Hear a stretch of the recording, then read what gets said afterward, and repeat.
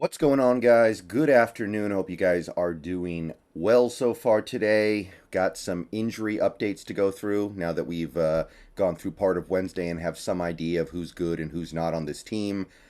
First, though, there will be a Carolina Panthers pregame stream tonight. Not tomorrow like it usually is, but we're bumping it up a day. We're doing it Wednesday night over on the Hawks Nest channel. If you're not already subbed over there, get over there, make it happen. Or at the very least, tune out for that stream because we're going to have fun. We're going to talk about this Panthers team. We're going to talk about what the Seahawks need to do. And we're going to just basically go through what we need to do to take this win. So tune on in. And you guys know how we do things pretty well by now. We'll dive into it and just talk about what needs to be talked about this upcoming game. All right. So, injury updates from Pete Carroll. Some fairly expected things, I would say. Ken Walker and DJ Dallas both have ankle injuries and will not practice. I think that was pretty expected. I will say that if I had to take a guess right now, if I absolutely had to take a shot right now, I would say that Ken Walker is not going to play against the Panthers. That would be my guess. I'm basing that purely off of the little bit of information we have. But as of right now, I feel like the smart money would be on Ken Walker missing one game, which, if he needs to miss a game, of course he needs to miss a game. And I've said it before, I'll say it again. Right now, who the running back is doesn't matter as much as it should because our run blocking is so inconsistent. So, at the end of the day, the success of this team is dependent heavily on the quarterback and the passing game. Geno Smith and these receivers and tight ends. So, I'm not going to act like it's a huge deal, but of course you would rather have Ken Walker out there. No doubt about that. So Ken Walker not practicing, DJ Dallas also not practicing. Now he was able to gut it out and play on Sunday after he got hurt, but I think we all understand that adrenaline is something that can keep you out there in a situation where you are significantly hurt, or, well, seriously hurt, I guess I should say. And once the game is over and that wears off and you wake up the next day, you might not be right. So just because he was able to gut it out at the end of that game doesn't mean that he'll be able to play in this next game. I don't really know what to make of the DJ Dallas thing. I feel like that one's still a pretty flat 50-50 for me. Could play, could not play. Some good news here, though.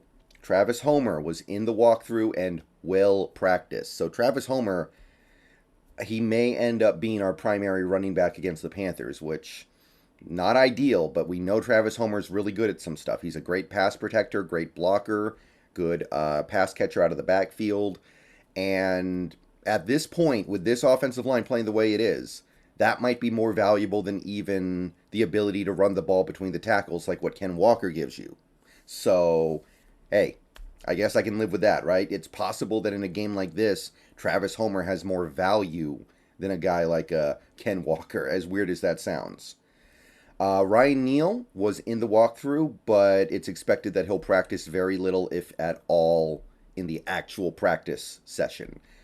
So we know that Josh Jones is now on IR, so it can't be him replacing Ryan Neal. And Josh Jones has basically been flat benched. At this point, we like Teez Tabor more.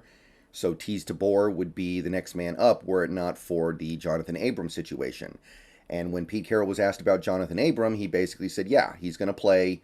He'll be ready to go on Sunday. We'll get our first look at Jonathan Abram, which I'm all for that, right? You look at this Panthers team, you know they're going to want to run the ball with Foreman. You know they're going to want to limit the stuff that Sam Darnold has to do for that offense.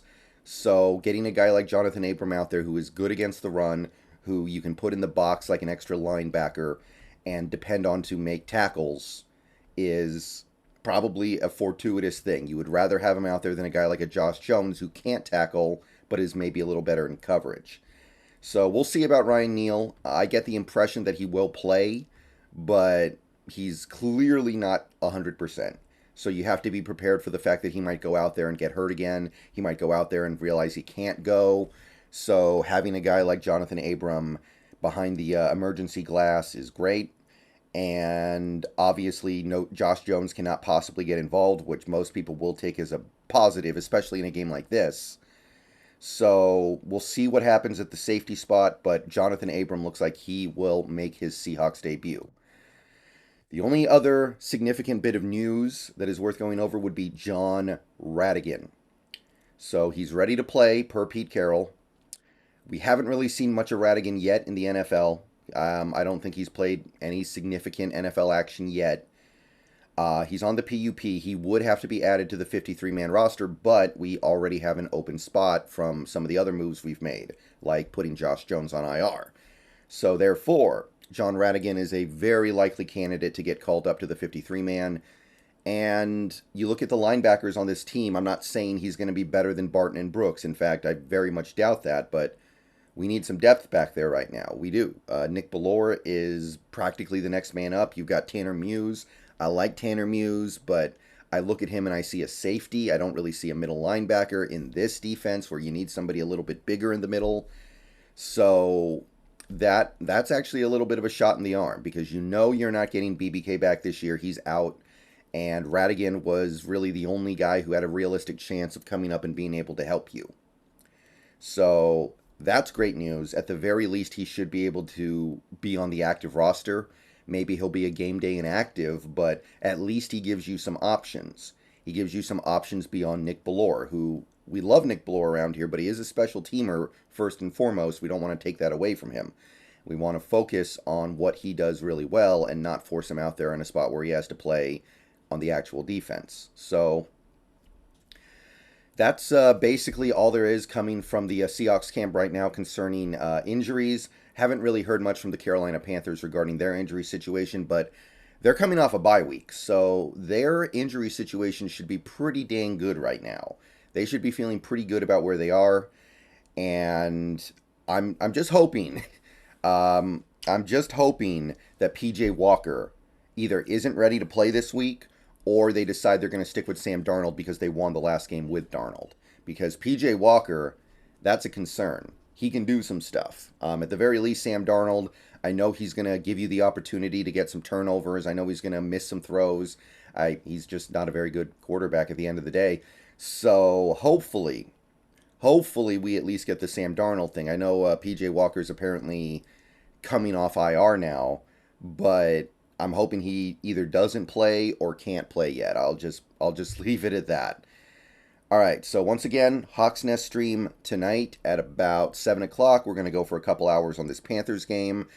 I should be streaming on Twitch for at least a couple hours after that. I might be starting a new game. Might do Hello Neighbor because I've had that requested by multiple people. So if that sounds interesting to you at all, after the Hawks Nest stream, probably around like 9:30 or 10, you'll see me go live over on Twitch. And we'll have some fun over there with whatever Hello Neighbor is. I know a little bit about it, but not a ton. See you guys later. Go Hawks. And those are your injury updates.